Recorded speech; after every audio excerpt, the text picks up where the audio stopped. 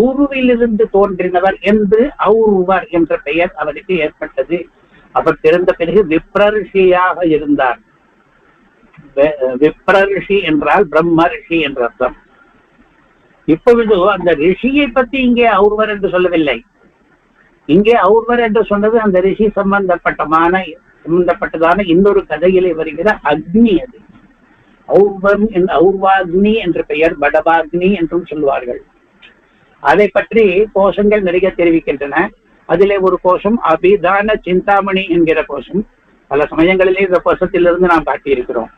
ஔர்வ சம்வர்த்தகோப்யக்னி வாடவோ வடவா முகா என்று. ஔர்வர் என்பதும் அந்த நெருப்புக்கு பெயர். சம்வர்த்தக நெருப்பு என்று சொன்னதும் அப்யக்னி, அப்யக்னின சமுத்திர அக்னி என்ற அர்த்தம். சமுத்திரத்துக்குள்ளே இருக்கிறது அந்த நெருப்பு. பாடவகா படபாக்னி என்று சொல்வதும் படபாமுகா என்று சொல்வதும் எல்லாம் ஒன்றுதான் என்று அந்த கோஷம் சொல்லுகிறது. இப்பொழுது நாம் போன தலைமுறையில் கூட விஷவு வைக்கும்போது படவா என்று ஒரு விஷவு இருக்கிற வழக்கம். அது இந்த படவா தான். இதுதான் ரொம்பவும் பொல்லாத அக்னியாக இருக்கிறது அப்படிங்கிறாலே இதுக்கு வடவா என்று பெயர் இருக்கிறபடியினாலே பொல்லாதவர்களை எல்லாம் சிறு பசங்கள் விஷமம் பண்ணினால் வடவா என்று வைக்கிற வழக்கம் இருக்கிறது. அந்த வடபா என்பதும் இந்த ஔர்வா என்பதும் ஒன்றுதான்.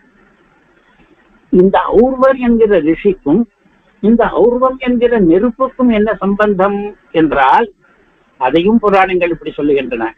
வசிஷ்ட உவாச ததஸ்க்ரோதஜம் தாத ஔர்வோக்னிம் வருணாலயே உத்ஸசர்ஜஸ சைவாப உபயுங்க்தே மஹோததௌ மஹத்ஹயசிரோ பூத்வா யத்தத்வேதவிதோ விதுஹு என்று ஒரு கதை வருகிறது.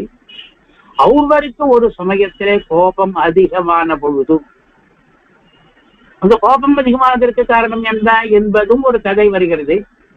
அந்த கதையானது பரசுராமர் கதையோடு சம்பந்தப்பட்டிருக்கிறது.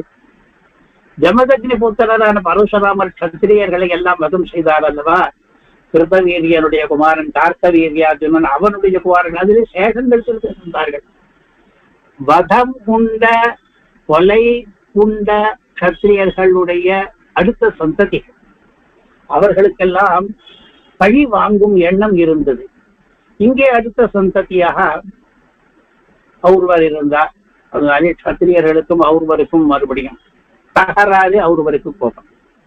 ததஸ்க்ரோதஜம் தாத ஔர்வோக்னிம் வருணாலயே அவருக்கு கோபம் வந்த பொழுது அந்த பிரம்மர்ஷியான ஔர்வருக்கு நெருப்பு தெரித்தது.